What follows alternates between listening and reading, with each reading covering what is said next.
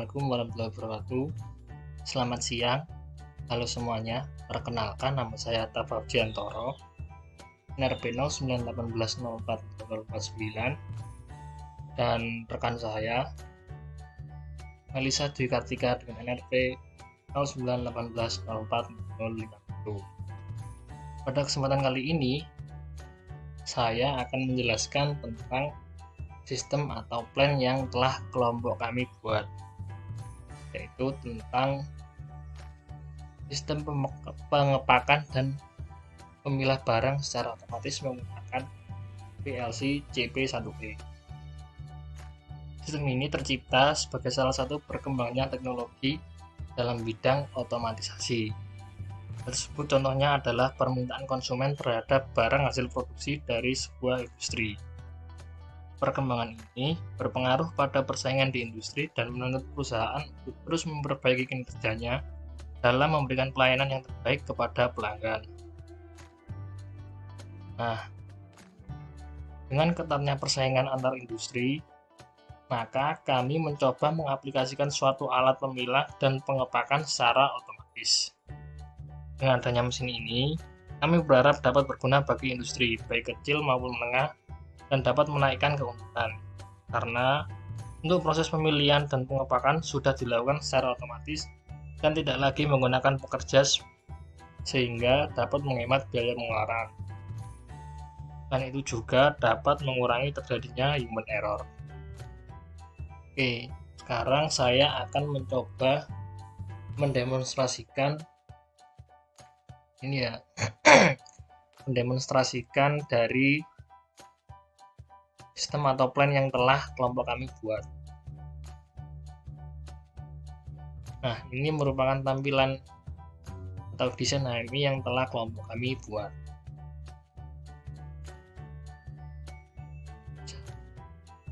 Oke, jadi dalam proses pengepakannya di sini kita menggunakan dua buah parameter. Yang pertama yaitu berat benda antara 75 hingga kurang dari 125 gram.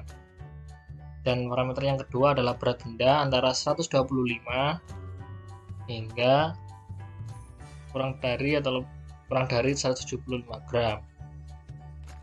Oke, yang pertama kita tekan start terlebih dahulu. Ketika start ditekan, maka conveyor yang pertama akan aktif.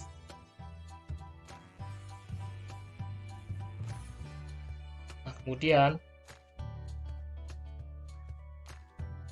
langsung saja ini kita isi beratnya dulu ya teman-teman. Maaf, beratnya 7. Nah, jadi pada proses pendeteksian untuk bendanya sendiri, dia akan juga sekaligus melakukan penimbangan. Jadi di sini juga terdapat sensor proximity. Jadi ketika sensor proximity mendeteksi benda, nah maka convert kedua akan berjalan selama 5 detik. Jadi ini 5 detik ya teman-teman. Kenapa 50? Karena ini BCD bukan desimal. Nah, oke, saya akan ulang. Nah, jadi seperti ini, dia akan berjalan selama 5 detik. Nah, kemudian di sini juga terdapat sensor proximity 2. Nah, ketika sensor proximity ini aktif, dia juga akan mengaktifkan solenoid 1. Jadi ketika proximity ini sudah mendeteksi 5 benda yang berada pada conveyor 2, maka conveyor 4 ini akan aktif. Jadi ketika proximity 2 ini aktif, selain 1 akan mendorong ke conveyor 4. Sorry, jadi di sini. Nah, jadi seperti ini ya. Ini adalah counternya. 4, 3, 2, 1. Nah, ketika sudah ada 5 benda yang telah dikonvert 2, maka konver 4 aktif dan terjadi proses pengepakan. Nah, untuk frekuensi motornya sendiri, dia tergantung jarak dari bendanya. Apabila benda semakin dekat, maka frekuensi dari motor konvernya ini dia akan semakin pelan. Oke, itu yang pertama. Kemudian apabila sekarang beratnya antara 125 hingga kurang dari 170 gram. Oke, tekan tombol start. Nah, tekanlah ini masih 160. Nah, sama seperti tadi, proses pendeteksian ini juga berlangsung dan melakukan proses penimbangan. Oke. Nah, jadi di sini ketika proximity 1 pada conver 1 aktif, maka yang terjadi adalah conver 2 dan conver 3 dia jalan bersamaan selama 10 detik. Oke, saya ulang.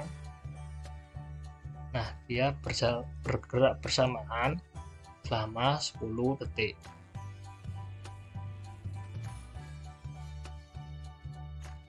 Nah, di conver 3 ini terdapat proximity 3. Sama seperti yang ada pada conver 2, ketika proximity 3 aktif, dia akan mengaktifkan solenoid 2 dan mendorong benda dari conver 3 ke conver 5. Dan apabila telah mencapai 5 buah benda, atau apabila proximity 3 ini telah mendeteksi 5 benda, maka conver 5 akan aktif. Ini ya untuk counternya. 4, 3, 2, 1. Nah, jadi ini conver 5 akan aktif dan dilakukan proses pengepakan. Begitu juga dengan motor pada conver 5 ini, kecepatannya atau frekuensinya tergantung dari jarak benda. Apabila semakin jauh, maka nilai frekuensinya juga semakin tinggi atau kecepatan motornya semakin cepat. Nah, nanti apabila jarak benda semakin dekat, maka frekuensi dari motornya juga semakin lambat. Nah, seperti itu. Kemudian kami juga menyertakan beberapa troubleshooting atau analisa troubleshooting apabila terjadi error pada proses ini.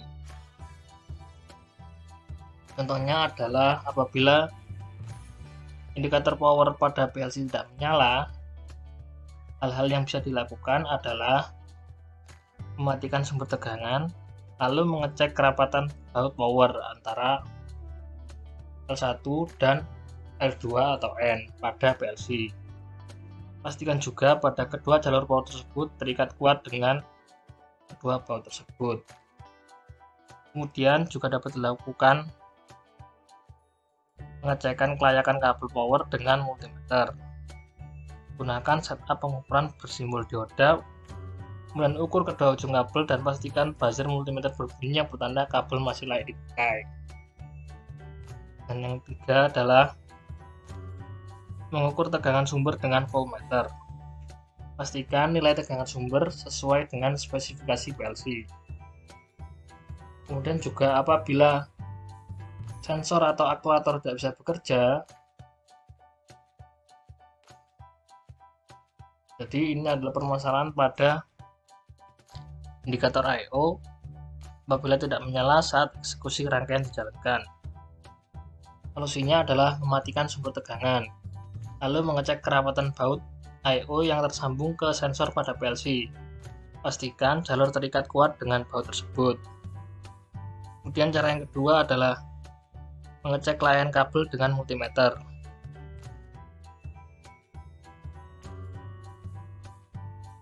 Yang ketiga adalah mengukur tegangan suplai sensor atau aktuator dengan voltmeter. Pastikan nilai tegangan sumber sesuai dengan spesifikasinya. Dan yang terakhir adalah menganalisis besar konsumsi daya yang dihabiskan oleh sensor dan aktuator pada sistem rangkaian. Apabila konsumsi daya melebihi kapasitas daya output power supply internal, gunakan power supply eksternal yang kapasitas dayanya bisa mencukupi kebutuhan tegangan sensor dan aktuator. Baik, sekian video yang dapat saya jelaskan. Terima kasih atas perhatiannya. Saya mohon maaf yang sebesar-besarnya. Wassalamualaikum warahmatullahi wabarakatuh.